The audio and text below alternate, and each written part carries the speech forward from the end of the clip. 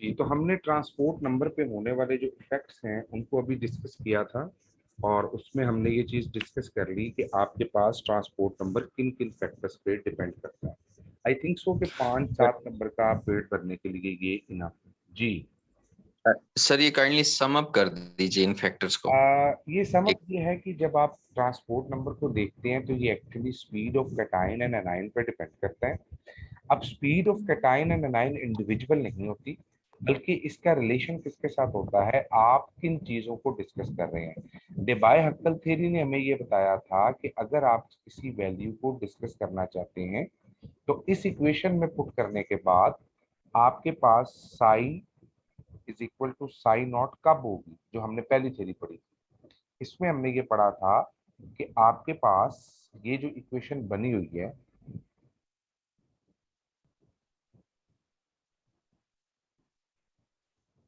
Sai is equal to psi not कब होगी, जब आपकी कंसंट्रेशन इतनी डाइल्यूट हो कि इसका आंसर अप्रोक्सीमेटली जीरो हो।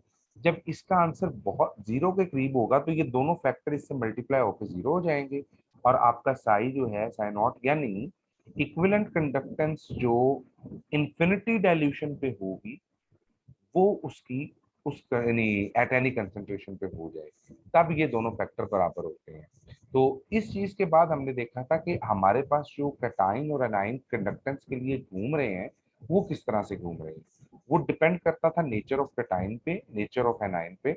मैंने यहाँ पे आपको ये मिसाल दी और फिर मैंने बताया कि आपके पास इसमें हाइड्रेशन एनर्जी आ जाती है। हाइड्रेशन एनर्जी क्या चीज है, क्या एनर्जी रिक्वायरमेंट्स हैं उसके लिए। जैसे अगर एक चीज की हाइड्रेशन एनर्जी लार्ज हो, इसका मतलब उसको ज्यादा वाटर मॉलिक्यूल्स कवर करेंगे, ज्यादा अटैच होंगे, तो इसका मतलब क्या है कि उसकी डिसोल्यूशन उतनी ज्यादा, उसकी मूवमेंट मुश्किल होगी, वो ट्रांसपोर्ट इजीली नहीं करेगा, और जो दूसरे होंगे उतनी ज्यादा आसान होगी।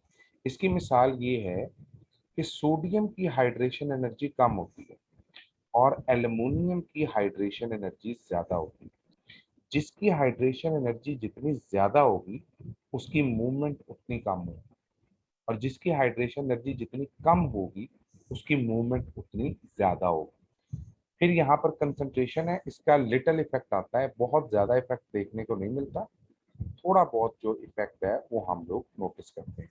और लास्ट था टेम्परेचर, काइनेटिक एनर्जी के प्रोपोर्शनल होता है, तो टेम्परेचर के बढ़ाने से काइनेटिक एनर्जी बढ़ती है और कम होती है, तो ये ट्रांसपोर्ट नंबर को इंक्रीज करता है क्योंकि टेम्परेचर काइनेटिक एनर्जी को इंक्रीज कर सकता है।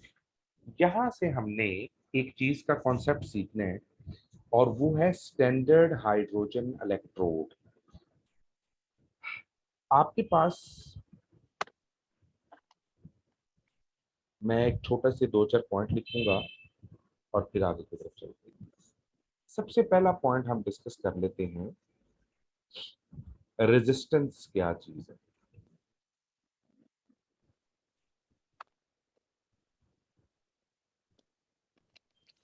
आपके पास ओहम्स लॉ रेजिस्टेंस को शो करता है, और रेजिस्टेंस अगर हम देखना चाहते हैं तो बड़ा सिंपल सा फैक्टर है कि हम कहेंगे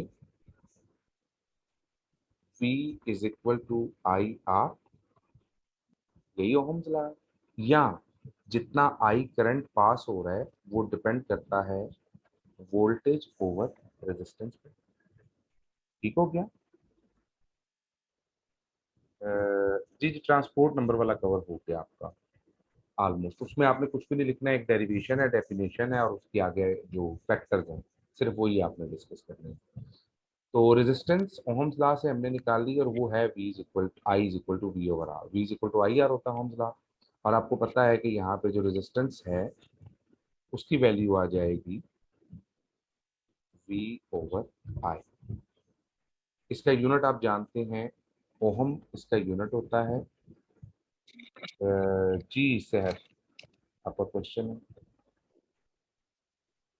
सर ये फिर वही 2019 के पेपर में था कि इनके मेथड्स भी बताएं ट्रांसपोर्ट नंबर के फाइंड करने के। जी जी, ट्रांसपोर्ट नंबर के मेथड बिल्कुल गिवन है, उसमें दो मेथड्स हमारे पास आ जाते हैं, लेकिन वो क्वेश्चन सिर्फ एक बार आया है। हमें ट्रांसपोर्ट नंबर का जो मेथड है ना, इस पे मेरी बात हुई थी।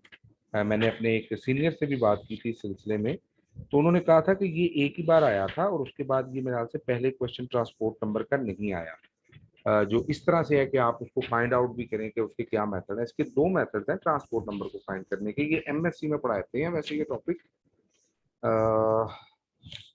कहते हैं तो मैं करवा देता हूँ, कोई इतना बड़ा तो वो नहीं है कि हम उसको बहुत ज्यादा मुश्किल से देखें। चले मैं आपको वो करवा देता हूँ, लेकिन मेरे ख्याल से कि वो पेट्रॉफ मेथड और मूविंग बाउंड्री मेथड, दो मेथड्स हैं इसके लिए। आप एक काम कीजिएगा, आप इसको एक बार ना अपने तौर पे पढ़िएगा जरूर मेथड को, क्योंकि मेथड में सिर्फ लिटरेचर लिखा हुआ है जिसको आपने जी रीड सर। करना है।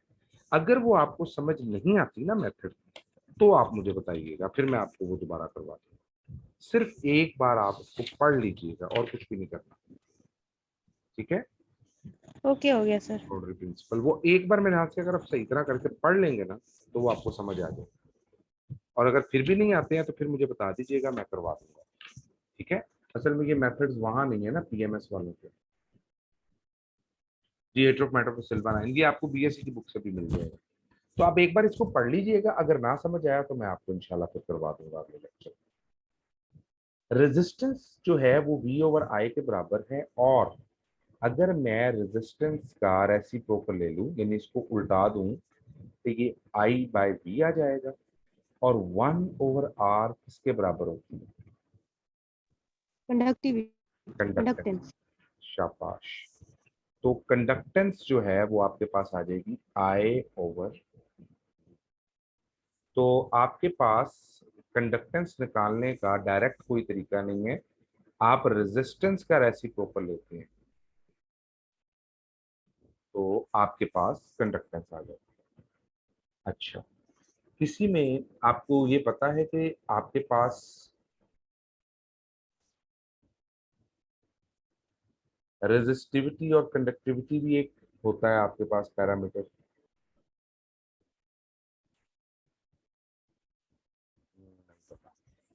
अच्छा, चलो ये बताएं कि आपके पास सेल कांस्टेंट क्या चीज है?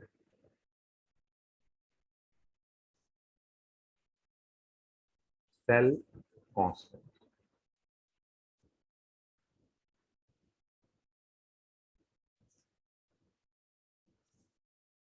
सेल कांस्टेंट के है आपके पास, और ये डायरेक्टली प्रोपोर्शनल किसके है? लेंथ के। आपके पास लेंथ बड़ी होती जाए और के इनवर्सली प्रोपोर्शनल है एरिया की। अगर हम इसको थोड़ा सा रिलेट करें ना रेजिस्टेंस के साथ, चलें मैं इसको सबसे पहले रेजिस्टेंस के साथ, रेजिस्टिविटी। आपके पास किसी चीज की लेंथ जितनी ज्यादा होती जाएगी उसके लिए रेजिस्टेंस उतनी ज्यादा होगी, और लेंथ जितनी कम होगी रेजिस्टेंस उतनी कम होगी। इसी तरह जो रेजिस्टिविटी है वो एरिया के इनवर्सली प्रोपोर्शनली, लेंथ बड़ी हो और विड्थ छोटी हो तो इसमें रेजिस्टेंस ज्यादा फील करनी पड़ती है। इसकी मिसाल क्या है? आप लोग कभी एसी को छोटी सी तार पे चला सकते हैं? जी बताएं, चला सकते हैं? नहीं सर। क्यों नहीं चला सकते? नहीं सर। क्योंकि सर वो लोड बर्दाश्त नहीं करते जी वो लोड क्यों बर्दाश्त नहीं कि करते? रेजिस्टेंस। ज्यादा हो जाती है। अच्छा, आप उसी लेंथ उतनी होती है लेकिन आप एक दूसरी तार यूज करते हैं, ये बार जो तारों पे लगी होती है, बड़ी आप मोटी तारें सर ये इस्तेमाल ए करते क्या हैं। लिखा है? ए का मतलब एरिया है ना इसका, ये अच्छा अच्छा इसका ठीक। मतलब एरिया बड़ा होता जाएगा तो रेजिस्टिविटी कम होती जाएगी, और एरिया कम होता जाएगा तो रेजिस्टिविटी। ठीक हो गया? तो यहां से आपने यहां पर एक अंदाजा कर लेना है कि आपके पास किसी भी चीज की जो रेजिस्टेंस है वो डायरेक्टली प्रोपोर्शनल होती है उसकी लेंथ के और इनवर्सली प्रोपोर्शनल होती है एरिया के। इस लेंथ ओवर एरिया को एक कांस्टेंट कहा जाता है जिसका नाम मतलब होता है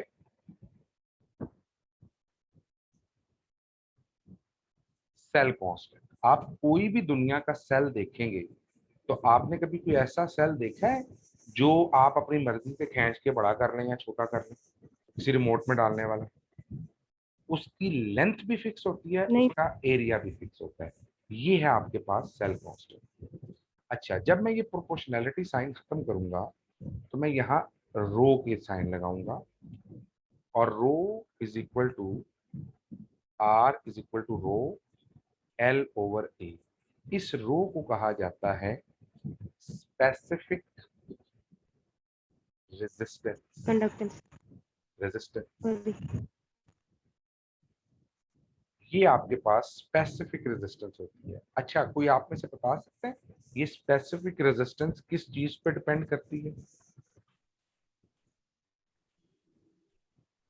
सर लेंथ और एरिया। हाँ हाँ,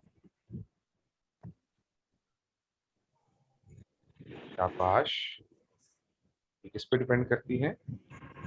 नेचर। शाबाश हमाद, वेरी गुड। माँ साहब ने बहुत जबरदस्त बात बताई, ये नेचर पे डिपेंड करती है। नेचर क्या होगी उसकी? आप लोहा ले लेंगे उसकी कंडक्टेंस हो रहा है, आप सिल्वर ले लेंगे उसकी कंडक्टेंस हो रहा है, आप गोल्ड ले लेंगे उसकी कंडक्टेंस हो रहा है, क्योंकि उसकी स्पेसिफिक रेजिस्टेंस सबसे कम है। अगर आप जाके देखें उतना ही सेल गोल्ड का बनाओ, उसी लेंथ का कंडक्टर हो गई, उसी लेंथ का आयरन का बनाओ, उसी का कॉपर का बनाओ, तो सबसे ज्यादा जो कम रेजिस्टेंस होगी वो गोल्ड की है। गोल्ड बहुत अच्छा कंडक्टर है क्योंकि उसकी रेजिस्टेंस सबसे कम है। और एक और पॉइंट यहाँ पर याद रखिएगा, ये शायद किसी को पता कि नहीं, पीस सेंटर जो आग लगी थी वो इसी वजह से लगी थी कि वो क्या करते थे, वो गोल्ड निकालते थे आईफोन के अंदर से। तो जो गोल्ड निकालने के चक्कर में क्या हुआ कि वो टेम्परेचर हाई हो जाता था उस जगह पे, क्योंकि वो आईफोन की चिप्स वगैरह से निकालते थे, तो ऊपर आग लगी। तो गोल्ड बड़ा जबरदस्त क्योंकि उसकी स्पेसिफिक रेजिस्टेंस सबसे कम है। अच्छा, अब मुझे आप में से कोई बता सकता है कि रो की वैल्यू क्या होगी? अगर मैं इस रो की वैल्यू को कैलकुलेट करूं तो मैं लिख सकता हूं rho is equal to R A over L. ठीक हो गया? और अगर मैं इस रो का रेसिप्रोकल ले लूं तो मुझे ये लिखना पड़ेगा। और 1/r क्या होता है? कंडक्टेंस। तो ये जो 1 बाय रो है, 1 by specific resistance, reciprocal of specific resistance is specific conductance. Specific conductance. शाबाश। Specific conductance. और ये किसके बराबर आ जाएगी? इसको हम ये के साइन देते हैं, इसको कैपा कहते हैं। मुख्तलिफ लिटरेचर में ना डिफरेंट किस्म के साइंस यूज किए हुए हैं, तो आप ये याद रखिएगा बस, simple.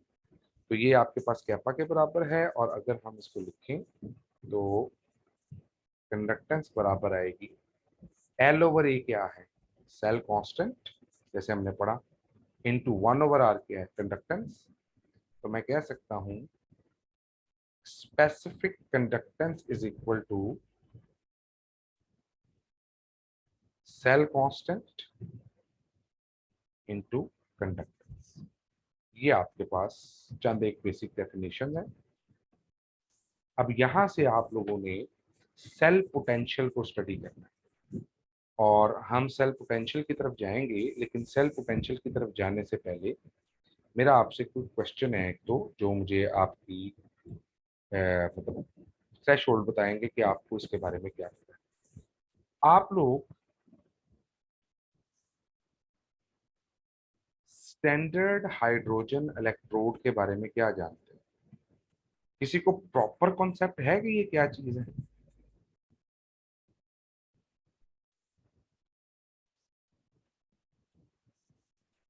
Ji, any one of you जिसको प्रॉपर कॉन्सेप्ट पता हो कि स्टैंडर्ड हाइड्रोजन इलेक्ट्रोड क्या चीज है?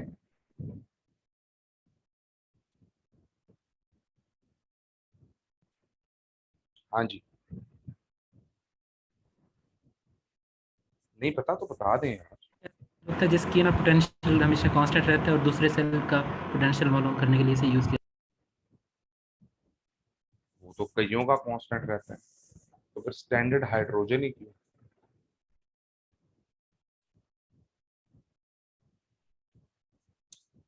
आज आपकी जिंदगी की एक बहुत बहुत बड़ी प्रॉब्लम सॉल्व होने वाली है, क्योंकि मुझे पता है कि ये टॉपिक्स जो हैं ये तंग करते हैं। स्टैंडर्ड सर ये हाइड्रोजन, हाँ जी, ऑक्सीडेशन रिडक्शन में मतलब एक स्टैंडर्ड सेट करता है कैसे? थर्मोडायनामिक प्रोसेस में। सर हाइड्रोजन गैस यूज होती है इसमें, लाइक कोई एक भी है जिसको प्रॉपर पता है कि ये क्या चीज है? क्योंकि जिसको प्रॉपर पता होगा उसकी स्टार्टिंग से ही समझ आ जाएगी कि ये चीज है क्या। चल मैं आपको इसको थोड़ा सा बताता हूँ। असल में इसमें परेशान होने की जरूरत नहीं है, ये थोड़े से ऐसे कॉन्सेप्ट हैं जो कंफ्यूज कर देते हैं। मैंने यहाँ पर बनाया एक सेल, ये मैंने एक वायर ली, और ये वायर मैंने, जब आपको पेपर में क्वेश्चन आ जाए तो आपने ये बना के आना है। ये मैंने इसकी टिप, और खास तौर पे पीएमएस वाले जो है ना वो जरा मुतवज्जो होकर सुनिएगा।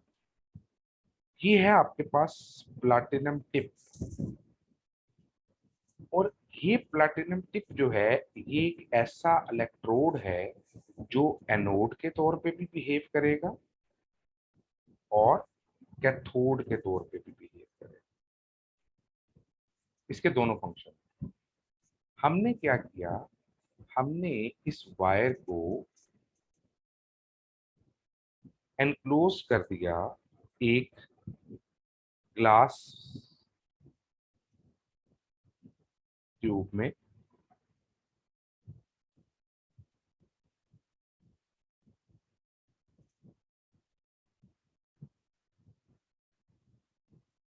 और इस ग्लास ट्यूब को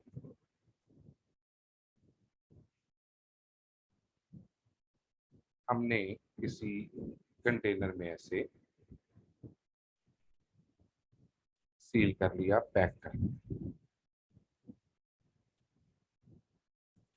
मैं जरा इसको थोड़ा सही करके बना लूं। एक, इसको हमने किसी जगह पर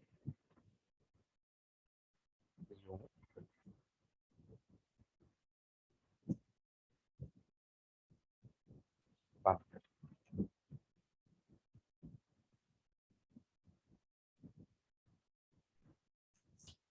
इसके अंदर मैंने ऐड कर दिया 1 मोलर सोल्यूशन ऑफ HCl, यानी इसमें H पॉजिटिव आयंस भी है और Cl नेगेटिव आयंस भी है, और ये क्या है, 1 मोलर है। और ये सोल्यूशन जो है यहाँ पर सारा का सारा मौजूद है। जी यहाँ तक आपको कंस्ट्रक्शन समझ आ गई इसकी? अच्छा, अब मैंने यहां से हाइड्रोजन गैस इसके अंदर इन की। जब मैंने इसके अंदर हाइड्रोजन गैस इन की,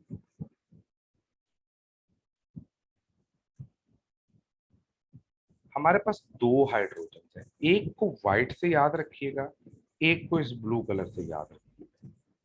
आपके पास दो किस्म के रिएक्शन हो सकते हैं हाइड्रोजन के। हाइड्रोजन एक ऐसा एलिमेंट है, इसका पोटेंशियल हमें नहीं पता, लेकिन हम जानते हैं कि जब आप कहेंगे कि ये हाइड्रोजन गैस इस इलेक्ट्रोड पे पहुंची, प्लैटिनम जो पहले एनोड की तरह एक्ट कर रहा था, तो जो ये हाइड्रोजन गैस थी इसने अपने दोनों इलेक्ट्रॉन किए लूज, और इस पर आ गया पॉजिटिव चार्ज। पहली बात समझ आई? एनोड पे ऑक्सीडेशन होती है, हाइड्रोजन अंदर आई और इसने क्या किया, अपने दो इलेक्ट्रॉन लूज किए। मैं यहाँ बना देता हूँ H positive and H positive. जी ये समझ आ रही है यहाँ तक? यस सर, आ रही है। अब मुझे बताएं कैथोड पे क्या रिएक्शन होगा। कैथोड पे मैं लेट करता हूं कौन सी हाइड्रोजन, ब्लू। मैं फर्ज कर लेते हैं यहाँ पे ब्लू हाइड्रोजन, बिल्कुल शाबाश। जो उसके अंदर पहले से H पॉजिटिव आयंस मौजूद हैं वो कौन से इलेक्ट्रॉन को गेन करेंगे, वो यहाँ से निकलने वाले, इस हाइड्रोजन से निकलने वाले 2 इलेक्ट्रॉन गेन करेंगे और वो क्या बन जाएंगे, वो हाइड्रोजन गैस बन जाएगी। तो आप देखेंगे कि यहाँ से हाइड्रोजन गैस बाहर आना शुरू हो जाएगी। अब इसका मतलब ये है कि जितनी गैस इसके अंदर जा रही है उतनी ही गैस बाहर निकल रही है। जैसे मैंने अगर 1 मोल गैस अंदर भेजी तो 1 मोल गैस ही बाहर आ रही है। अब मुझे इसके एग्जैक्ट पोटेंशियल का नहीं पता कि क्या है, लेकिन मैंने कहा ये जितनी ऑक्सीडेशन करता है उतनी ही रिडक्शन करता है। तो मैंने इसको कंसीडर कर लिया, फर्ज कर लेते हैं इसकी ई नॉट ऑक्सीडेशन जो है अगर वो एक्स है तो इसकी ई नॉट रिडक्शन जो है वो नेगेटिव एक्स है। तो जब इसका सेल पोटेंशियल निकालूंगा क्या बनेगा, जब मैं इसका सेल पोटेंशियल निकालूंगा तो मैं कहूंगा ई ऑक्सीडेशन प्लस ई रिडक्शन जो कि 0 है। 0 होगी ना वैल्यू इसकी, ऑक्सीडेशन और रिडक्शन। तो मैंने यहां से जज कर लिया कि भाई हाइड्रोजन का स्टैंडर्ड जो ई नॉट है वो 0 है। क्यों 0 है हमें नहीं पता, इसका पोटेंशियल क्या है, लेकिन जितनी हाइड्रोजन इन हो रही है उतनी हाइड्रोजन आउट हो रही है। ये बात समझ आई आप लोगों को? यस सर, आगे। अच्छा, यहाँ से अच्छा किसी को इशू आए तो प्लीज मुझे बता दीजिएगा, वहां लेक्चर रोक दीजिएगा, अपना प्रॉब्लम क्लियर करके फिर आगे चलिए। फर्ज करें कि मैंने इसके साथ लगा दिया एक जिंक का रोड।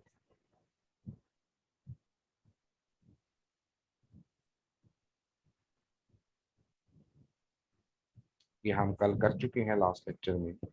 ये मैंने एक जिंक रॉड जो है वो इसके साथ अटैच कर दिया।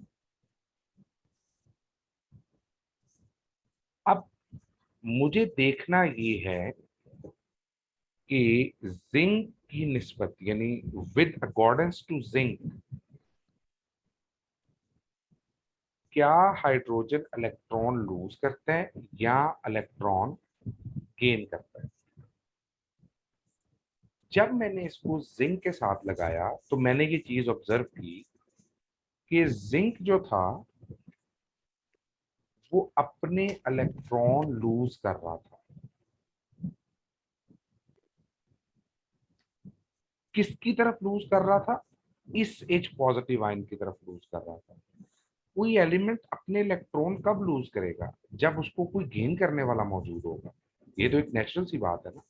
जिंक के इलेक्ट्रॉन अगर ये हाइड्रोजन गेन करेगा तभी तो जिंक के इलेक्ट्रॉन आगे की तरफ जाएंगे ना, और वो आते आते आते आते इस रॉड के अंदर आने के बाद इसमें ऐड होंगे। तो जब जिंक यहाँ पर एज एन एनोड बिहेव करेगा तो जल्दी से बताएं हाइड्रोजन कैसे बिहेव करेगी। कैथोड के तौर पे। जब हाइड्रोजन कैथोड के तौर पे बिहेव करेगी तो मुझे बताएं जो इसमें H पॉजिटिव आयंस हैं जब वो 2 इलेक्ट्रॉन गेन करेंगे तो कौन सी गैस बनेगी, हाइड्रोजन। इसका मतलब ये हुआ अगर हाइड्रोजन को जिंक के साथ रखा जाए तो जिंक हाइड्रोजन की तरफ इलेक्ट्रॉन लूज करेगा। इसका मतलब with respect to hydrogen zinc का पोटेंशियल है लूज करने का। ये बात समझ आई? Yes sir. अच्छा, जी सर। यहां से जो हाइड्रोजन गैस निकल रही है वो पहले से ज्यादा हो जाएगी। क्यों ज्यादा हो जाएगी? एक तो ये आके बाहर आ रही है, वो तब तो जीरो था, लेकिन एक्स्ट्रा इलेक्ट्रॉन मिलना शुरू हो गए तो ये पॉजिटिव ज्यादा नहीं बाहर हाइड्रोजन गैस बनाना शुरू कर देंगे। तो जी प्रैक्टिकली सर। कैसे देखा जाता है? वो प्रैक्टिकली देखते हैं भाई हाइड्रोजन गैस ज्यादा तो नहीं होगी, और अगर ज्यादा हो गई है तो इसका क्या मतलब है कि यहाँ पर इंक्रीज हो गया। बात समझ आई है बनी? अच्छा, जी सर। अब ये बताएं, फर्ज कर लें कि मैं इसको इस साइड पे मिला देता हूं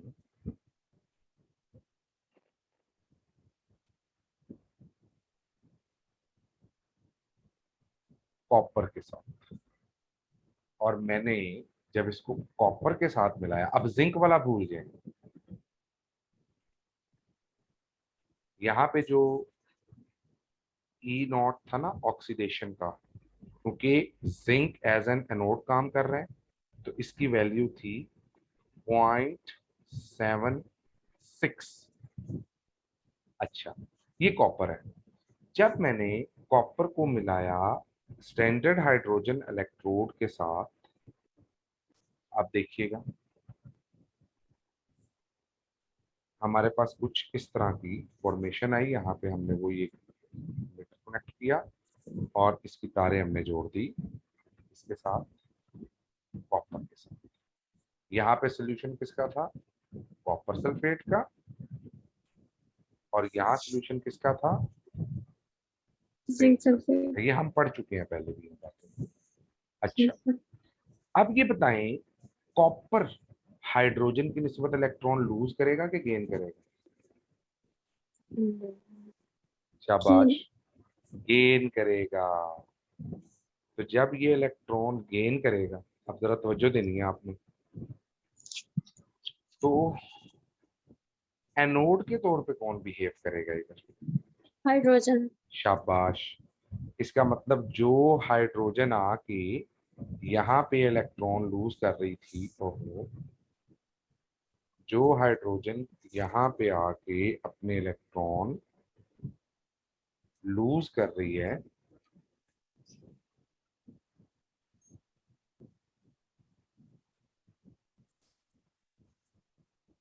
आपके पास जब कॉपर एज अ कैथोड काम कर रहा है तो कॉपर आयंस वो इलेक्ट्रॉन गेन करके किस में कन्वर्ट हो रहे हैं? कॉपर मेटल में। जब आप इसका ई नॉट देखेंगे, यानी इसका पोटेंशियल नोटिस करेंगे, तो इसका ई रिडक्शन आएगा 0.34। इसका मतलब जिंक के पास प्रॉपर्टी है लूज करने की और कॉपर के पास प्रॉपर्टी है गेन करने की। ये किसकी निस्बत हमें समझ आई? हाइड्रोजन की निस्बत। यानी हाइड्रोजन की। हम हाइड्रोजन को एज अ स्टैंडर्ड यूज कर रहे हैं और हम कह रहे हैं कि इसके अंदर अगर पोटेंशियल जीरो है तो हमने अगर इसको एक तरफ जिंक के साथ लगाएं तो क्या होगा, या कॉपर के साथ लगाएं तो क्या होगा? अब जरा मुझे जल्दी से बताना है, सोच के जरा थोड़ा सा। अगर मैं इस जिंक को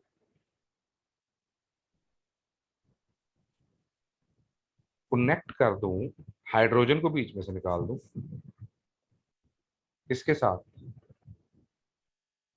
कॉपर के साथ। कॉपर। तो अब मुझे बताएं, क्या ये कुछ वोल्टेज जनरेट नहीं करेगा? करेगा। आप करें E not oxidation plus E not reduction, ये आपके पास सेल पोटेंशियल होता है। कितना आएगा सेल? ऑक्सीडेशन कितनी है? 0.76 प्लस रिडक्शन कितनी है? 0.34। आंसर क्या आ जाएगा? 1.10 वोल्ट। ये आपने अगर इंटर थोड़ा सा सही करके पढ़ा हो तो आपको पता होगा कि आपके पास 1.10 वोल्ट लिखा होता है कॉपर जिंक सेल का। जी सर। अच्छा, अगर ये आपको याद है तो मैं ज़रा आपसे अभी इलेक्ट्रोकेमिकल सीरीज डिस्कस करता हूँ। ज़रा इसका स्क्रीनशॉट ले लें जल्दी से। सर ये आप आइकन हटाते हैं, ये नेक्स्ट प्रीवियस एक वाला। एक चल, आई थिंक सो कि ये हमारे पास एनोटेशन आ जाएगी, आनी चाहिए। अच्छा जी, अब यहाँ से मुझे आपको एक चीज़ सिखानी है और वो चीज़ सीखने के बाद इंशाल्लाह ये आपको बड़े हद तक क्लियर हो जाएंगी चीज़ें। थोड़ा सा ट्रिकी ज़रूर है।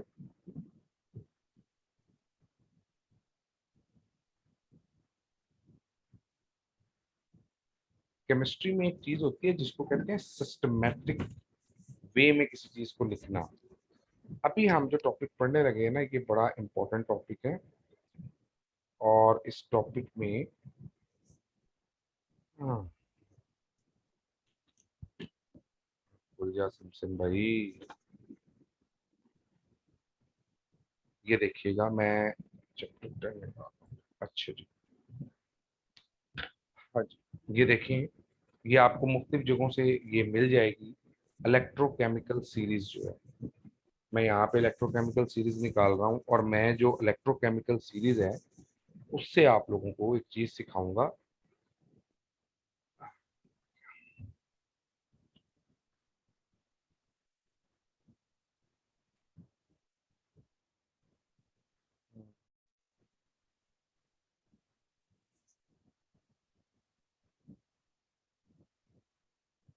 या इस पूरी सीरीज में जरा तवज्जो से देखें और मुझे बताएं उसने हर एलिमेंट का क्या लिखा होगा। ऑक्सीडेशन पोटेंशियल लिखा है कि रिडक्शन पोटेंशियल लिखा है? Sir reduction. रिडक्शन। उसने रिडक्शन पोटेंशियल क्यों लिखा है? क्योंकि आपने जब कोई सीरीज बनानी होती है ना, या तो सारी सीरीज को ऑक्सीडेशन पे बनाएंगे या सारी सीरीज को रिडक्शन पे बनाएंगे। ये किस पे बनी हुई है सारी की सारी? रिडक्शन पे। रिडक्शन। और आपका जो रेफरेंस इलेक्ट्रोड है वो कौन सा यूज हुआ? हाइड्रोजन। जी सर। अच्छा, स्टैंडर्ड। ये जितने ऊपर जो नेगेटिव है, जो रिडक्शन में नेगेटिव होगा वो ऑक्सीडेशन में क्या होगा? पॉजिटिव। पॉजिटिव। और पॉजिटिव। जो ऑक्सीडेशन रिडक्शन में पॉजिटिव है, यानी जो रिडक्शन में नेगेटिव है इसका मतलब वो लूज जल्दी करता है, और जो रिडक्शन में पॉजिटिव है वो गेन जल्दी करता है। अच्छा, मैं आपको कहता हूं, ये बताएं क्या लिथियम और गोल्ड सपोज, क्या ये बैटरी बना सकते हैं? और अगर बना सकते हैं तो इसका वोल्टेज क्या होगा? बहुत सिंपल है, कैलकुलेशन सिखा रहा हूं आपको ऑफ सेल पोटेंशियल कि आपको दे दिया गया। चलें, आई थिंक सो कि मैं आप लोगों से पूछता हूँ, जल्दी से कोई एक सिलेक्ट करें, जल्दी से, गोल्ड के अलावा जल्दी से कोई कोई भी एक सिलेक्ट कर ले, चाहे गोल्ड दोबारा कर ले क्रोमियम कोई। Sir, chromium. चले जी, क्रोमियम पे चले जाते हैं जी। ये आ गया क्रोमियम और ये आ गया लिथियम प्लस क्रोमियम।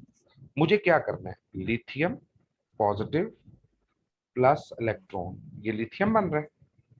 इसकी वैल्यू कितनी आ रही है रिडक्शन की? -3.405। ठीक है, और अगर मैं क्रोमियम की बात करूं तो जल्दी से बताएं क्रोमियम का क्या आ रहा है जी? -0.74, -74.74। -0.74, -0.74। अब आपने करना क्या है?